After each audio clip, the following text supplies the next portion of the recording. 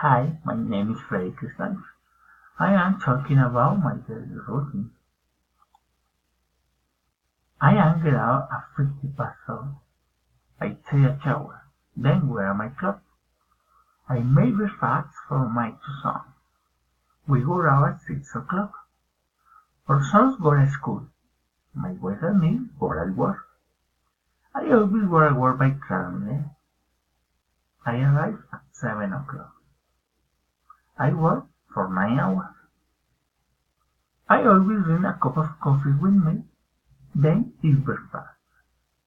I lunch at 12 o'clock. I take the bus to go back home for 4 o'clock. We meet with my family and talk about our day. Our sons are at bed at 8 o'clock and me study for 3 or 4 hours. I am very tired. I go to my room at 11 or 12 p.m. I need to sleep. I have to sleep. Bye.